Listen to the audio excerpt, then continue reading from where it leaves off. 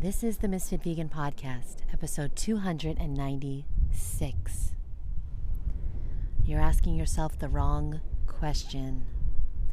If you're trying to figure out how to not be deficient on a raw vegan diet, if you're asking yourself what's the highest source of vitamin B3, B12, vitamin D, selenium, zinc, if you're trying to figure out what to eat to get the most nutrition, you have no idea what it takes to be healthy.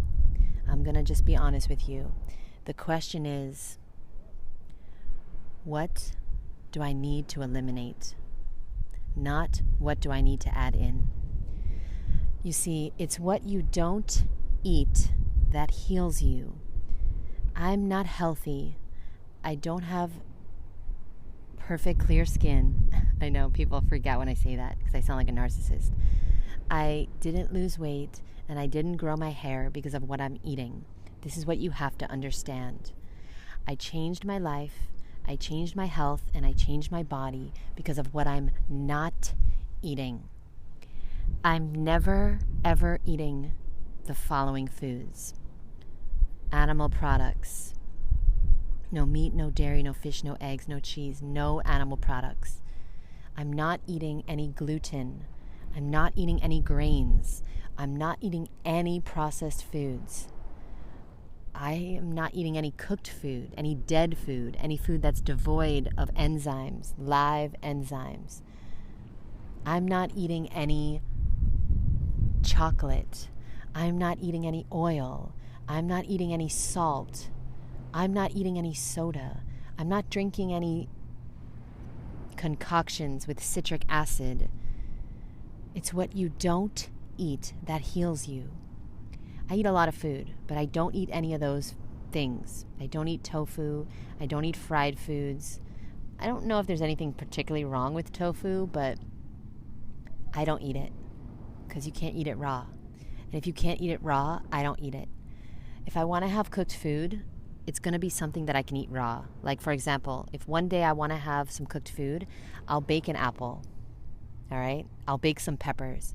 I'll bake some mushrooms. I'll bake some zucchini. I'll bake some carrots, some beets.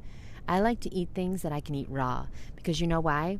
Because that's how nature designed us as humans. There's certain things we can eat raw without processing because cooking food is processing food. And it's okay to eat some processed foods. Sure, you can put a sweet potato in your salad. Why not? But the way I see it is, nature designed the human body to eat certain things. And if we cannot eat it raw, then I don't believe it's for human consumption. And I don't care. I don't care what anybody else says. I don't care about the blue zones. I don't care about the red zones. I don't care about the green or the yellow or the purple zones. I don't care who looks amazing and who's thriving and who's not. I know what it feels like to eat raw, and I know what it feels like to eat cooked. So I choose to eat a raw vegan diet. And I never, ever, ever, ever ask myself, I wonder if I should eat more, if I should buy Brazil nuts because they have selenium in them. I wonder if I should start eating, artichokes or, carrots or grapefruits. These are all things I don't like. I wonder if I should start eating asparagus because it has high levels of whatever. I never ask myself these questions because this is the wrong question. I've studied Arnold Ehret and I've studied nutrition. And Arnold Ehret seems to be the only person in recent history that truly gets it and truly understands that nutrition is not what heals us. It's not what you put in. It's what you eliminate. It's what you get out. And this is why I always recommend colonics, because you can put in the most amazing food on earth, but if you're not getting the shit out, literally, if you're not getting the toxins, the animal products, the processed foods, the citric acid, the yellow number 5, lake number 4, blue number 6s. If you don't get that stuff out, the parasites and the old decaying fecal matter that's poisoning your body from the inside out, if you don't get that out, you can't be healthy. You can't have glowing skin. You can't grow your hair. You can't lose weight. It's going to be very, very difficult to not crave things. If you don't get the old stuff out, the new stuff won't even matter. So please understand, it's what you don't eat that heals you. And you don't need to worry about any vitamin, mineral, or nutrient. Because think about it. There are people walking around that are eating bacon and egg for breakfast, a slice of pizza for lunch, and Chinese food for dinner. They're eating no fresh fruit and vegetables. They're getting no vitamins and minerals, and they're still fine. They're not deficient. They're not anemic. They're not dying. Some of them are thriving. Some of them are models or actors. Some of them are celebrities, rich, famous people, very successful people. I live across the street from a McDonald's, and I see Lamborghinis and Rolls Royces pulling up to the takeout window, and I just cannot believe it. I can't believe, because I live in a very affluent neighborhood, and I can't believe that somebody that has millions of dollars in the bank would possibly put McDonald's into their body. They would never put the cheapest fuel into their Lamborghini, but they're putting the cheapest fuel possible into their own bodies. At the end of the day, it's either because they don't know any better, or they know better and they don't love themselves. They don't value themselves. They don't see their worth. They don't see their body as a precious, precious temple. It's very sad to me. But anyway, one day I hope to reach the world, and I hope to help people understand how important it is to take care of their bodies. Because if you take care of your body will take care of you. And it's the most important thing that you own. You don't really own it. You're just borrowing it from the universe. You see, God gave you a body to take care of.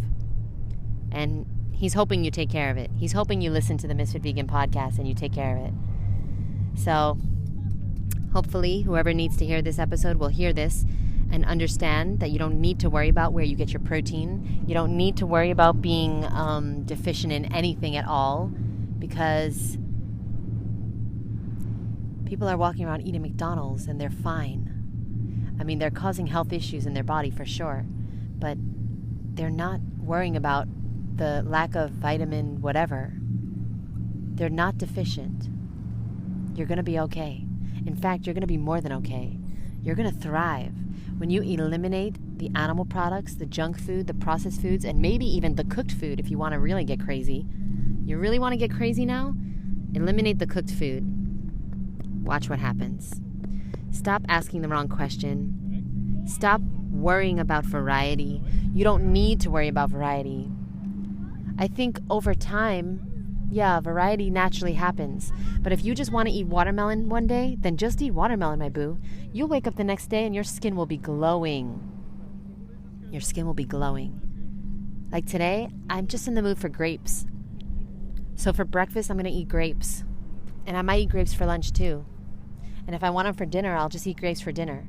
But see, I have to eat enough. I don't even think I have enough grapes. But you see, that's the key. You're probably not eating enough. If you're craving processed foods and you find it really hard to stay off processed foods, you're not eating enough fruit.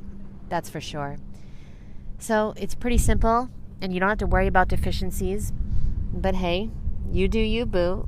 And I'm pretty relaxed. I just got out of the ocean, lying in the sun, just feeling grateful and blessed.